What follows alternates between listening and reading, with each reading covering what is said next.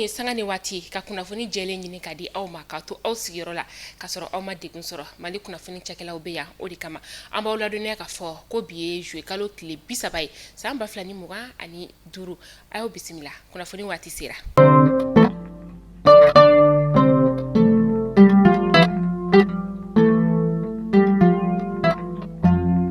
Kunnafoni daminɛ bi an ka kɛlɛkɛcɛw ka ɲɛmaa ni o ye état major général des armées k'a b'a da jamana kɔnɔden bɛɛ lajɛlen kulo kan ka taa se diɲɛ seleke naani maa bɛɛ lajɛlen kulo kan ka fɔ ko juillet kalo tile 16 tɛmɛnen san 2025 an ka kɛlɛkɛcɛw ni o ye an ka fintigilakaw ye u ye larawuli dɔ ni ka o kɛ kidalikaw olu fɛ yen nɔ kidali bɛ an ka jamana kɔrɔyan fanfɛ la o la larawuli yɛrɛ fɛnɛ senfɛ sa a yɛrɛ ka fɔ u ye tɛgɛ da fɛn min ye kalogɛlɛn diinɛ tigilamaw ka cɛba dɔ ye ni ale bɛ Al-Qaida kɔni o la ni cɛba in yɛrɛ kɔni ye ale jɔyɔrɔ ka bon kalogɛlɛn diinɛ tigilamaw fanfɛ kosɛbɛ diɲɛ seleke naani yɛrɛ fɛnɛ o kɔnɔna la k'a ye ka fɔ ko ala ni an ka fintigilakaw olu ka baara ɲɛdɔn fɛ ani ɲɛfɔli minnu fɛnɛ kɛra u ye n'u ye baara kɛ o sira fɛ u sera k'a tɛgɛ da nin cɛba in yɛrɛ kɔni ye ale kan an ka kɛlɛkɛcɛw ka ɲɛmaa ko k'a b'a da bɛɛ lajɛlen kulo kan ka fɔ an ka fintigilakaw u bɛ u seko n'u damayira bɛɛ lajɛlen na walasa basigi ale bɛ se ka segin ka na an ka jamana ale kɔnɔna la cogoya min na banbagacɛwale tigilamaw mana kɛ yɔrɔ yɔrɔ u bɛ tugu nɔfɛ ni ka garan daw la. Kalogɛlɛn diinɛ tigilamaw olu bɛ ka sira bɛɛ lajɛlen ni ka o bɔ walasa ka se ka mana ni ka o da an ka fintigilakaw kɔni ɲɛ la u mana kɛ sugu o sugu la an ka fintigilakaw bɛ bɔ u ni san cɛ o de siratigɛ la sa kalogɛlɛn diinɛ tigilamaw kɔni ala de minɛ ni ka bolimafɛn kɔni manalama ka o kɛ ka mana da an ka fintigilakaw kɔni ɲɛ la bolimafɛn min yɛrɛ kɔni n'i y'a jɔlen a bɛ k'i ɲɛna k'a fɔ ko bolimafɛn yɛrɛ de kɔni don nka o tɛ dɛ manalama de kɔni don a dabakun ye min ye o de ye an ka fintigilakaw ka pankuru min bɛ yen nɔ ni o ye drone ye n'a bɛ banbagacɛwale tigilamaw ɲini sanga ni waati kɔni o ka se ka ni bolimafɛn ninnu kɔni ni ka tiɲɛni don olu kunna walasa u ka se ka an ka fintigilakaw ka lahalaya ni ka o dɔn cogoya min na nka an ka fintigilakaw ka baara ɲɛdɔn ani u ka ɲɛsigi fɛ u sera ka tɛgɛ da ni minɛn ninnu bɛɛ lajɛlen kan ka tila k'a da maliyɛnden bɛɛ lajɛlen kulo kan ka fɔ baaraw olu bɛ sen na walasa ka se ka ko tɔw ni ka olu ɲɛdɔn. A dogolen tɛ maa si la k'a fɔ an ka dɔnkilidala belebele 3 olu kɔni datugulen don kasubon kɔni o kɔnɔna la ni o ye Baba ni Kɔnɛ ka taa se Bigini Bagaga fo ka taa se Mariamba Lagare kɔni o ma ni wagati in na bɛɛ lajɛlen kɔni kelen don ka i sen don ni ka i bolo don ka dɛmɛ kɔni ta ka ɲɛsin an ka nin dɔnkilidala ninnu kɔni ma a siratigɛ la sa fɛn min ye Segu Erekotaradi ye olu farala ɲɔgɔn kan kunu juillet kalo tile 29 san 2025 walasa ka se ka na deli kɔni ni ka o kɛ an ka nin dɔnkilidala ninnu bɛ se ka labila cogoya min na u minɛna kabi dɔgɔkun tɛmɛnen kɔni o la fɛn min ye nin maa ninnu ye sa Bayidi Jabate ale ye Erekotaradi kɔni secrétaire général ye ale bilala maaw kɔni ni ka olu ɲɛma ka se ka na deli kɔni ka o kɛ ani kana i ɲɛ da an ka dɔnkilidalaw olu kan an bɛ dugawu kɛ halisa ala ka jisuma kɔni kɛ ko ye ale fura ye k'aw ladɔnniya ka fɔ dɔgɔkun yɛrɛ kɔnɔna la fɛn min ye ŋunuŋunukanw ye olu carilan bɔlɔlɔ siraw fana kana la ka fɔ ko ni dɔnkilidala 3 ninnu kɔni bɛna labila ka sɔrɔ u ka kiiri yɛrɛ tigɛ kuma yɛrɛ kɔni o ma se nka an y'a ye k'a fɔ ko hali n'a sɔrɔ k'u kun bɛna labilali kɔni o ma bɔ ka sababuya kɛ kunnafoniya ale carina bɔlɔlɔ sira kɔni o kana na kunnafoni ninnu an y'a ta bɔlɔlɔ sira ale kan. Tayiruba ni ale ye activiste ye an ka jamana kɔni o kɔnɔna la a dɔnnen don bɔlɔlɔ sira fɛnɛ kana o la ni a ka cɛmancɛ fanga kɔni o dɛmɛli ye Tayiruba kɔni a minɛna ni ka a don kasubon kɔni o kɔnɔna la k'a sababuya kɛ ko a ye foroba nɛni kɔni ni ka o kɛ bɔlɔlɔ sira o kana la a ka kiiri bololalen don ka septembre kalo tile 29 natɔ ma kɔnɔ san 2025 pôle cybercriminalité ale kɔnɔna la.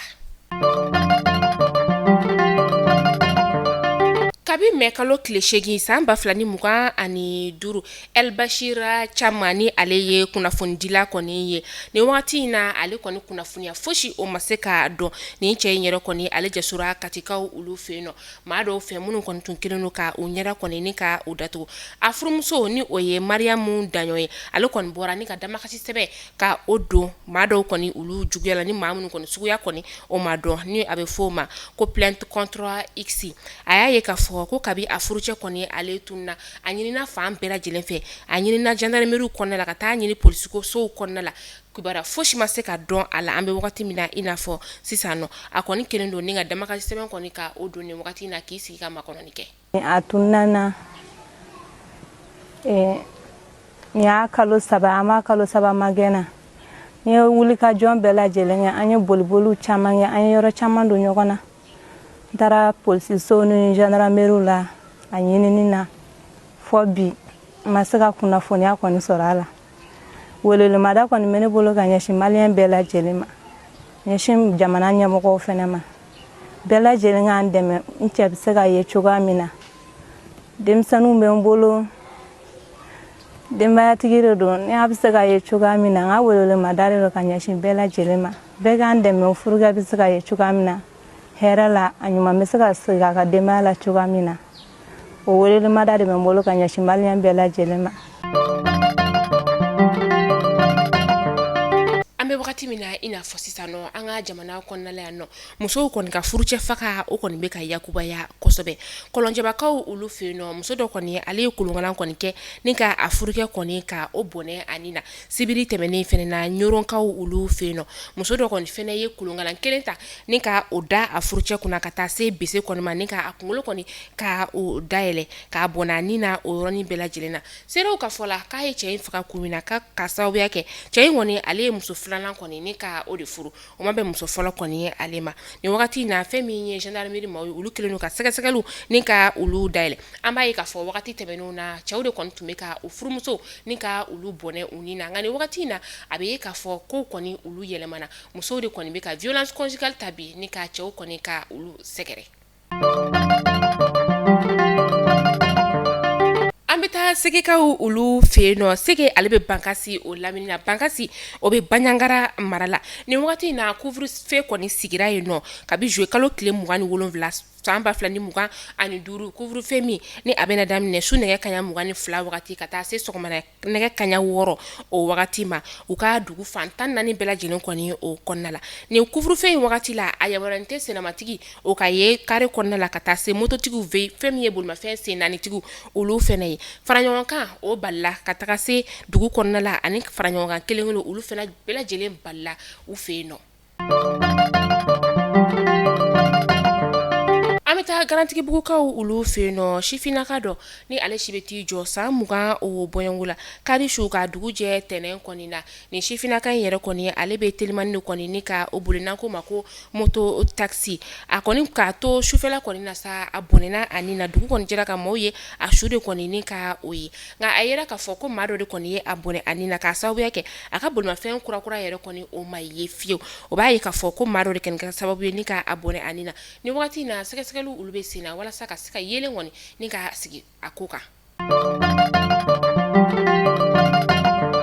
An bɛ taa kɔkan kibaru la yanni an ka kunnafoniya ni ka o datugu an bɛ taa laginɛkaw ka jamana o kɔnɔna la a bɛ tile damadama bɔ bi fɛn min ye sanjiba o de kɔni bɛ ka na laginɛ jamana o kɔnɔna la fɛn min ye sanji min yɛrɛ kɔni ye sa ni ale kɔni kɛra sababu ye ka ji kɔni ka o walankata fan caman kɔni fɛ ji walankatali kɛra sababu ye ka maa 15 ni ka olu bɔnɛ u ni na juin kalo yɛrɛ kɔni o daminɛ na ni ji walankatali yɛrɛ kɔni a sera fo u ka faba yɛrɛ kɔni ale la o ni a lamini a yɛrɛ k'a fɔ ko maaw kɔni ka u hakili to u yɛrɛ la ka sababuya kɛ samiya daminɛ in kɔni na ji walankatali ale fanga ka bon. An bɛ taa Burkina Faso kaw olu fɛ yen nɔ u ka influenceur min bɛ yen nɔ ni ale bɛ wele ko Alino Faso ni ale kɔni tɔgɔ ye Alain Christophe Traoré ale kɔni bɔnɛna a ni na fɛn min ye Abidjan kaso kɔni o kɔnɔna ye ale kɔni bɔnɛna ani na fɛn min ye Abidjan kaso kɔni o kɔnɔna ye Burkina Faso kaw ka jamana marabaaw olu kɔni bɔra ni ka kɔrɔfɔ kɔni ka o di k'a yira k'a fɔ ko fɛn min ye nin cɛba in yɛrɛ kɔni ye ale fagakun kɔni o ka ɲini ka dɔn wa ka tila tuguni ni ka a su kɔni k'a di u ma u bɛna sɛgɛsɛgɛliw ni ka o kɛ a su la fɛn min yɛrɛ kɔni kɛra a sata ye o ka se ka dɔn ani ka sɔrɔ k'a ka janajaw ni ka olu kɛ a kɛcogo la an bɔ ladɔnya k'a fɔ k'a si bɛ t'i jɔ san 44 na a minɛna ni k'a don kaso la kabi janvier kalo san 2025 ka sababuya kɛ ko a kɔni ye kuma dɔw ta ni ka kɔkan jamana kɔni ka ale sɛgɛrɛ nin ko in kɔni kɛra gɛlɛyaba ye Wagadugu dugu kɔni o kɔnɔna la min ni u bɛ k'a laɲini ka yelen kɔni ni ka a sigi ko in kan. An bɛ taa Ayiwa Côte d'Ivoire kaw ulu fe no Côte d'Ivoire jamana ɲɛmaa ni o ye Alassane Dramane Ouattara ye kunu a bɔra ni ka laseke laseli min n'a y'a yira k'a fɔ ko a kɔni bɛna i kanbɔ jamana ɲɛmaa kalafili nata o nɔfɛ min ni a bɛna kɛ octobre kalo tile 25 san 2025 an b'aw ladɔnniya k'a fɔ ko Alassane Dramane Ouattara yɛrɛ kɔni ale bɛ fanga la kabi san 2011 a ka nin laseli kɔni ma kɛ fanga sinamatɔw olu kɔni fɛla ko ye ani jamana kɔnɔ den dɔw fɛnɛ kɔni. Je vous annonce aujourd'hui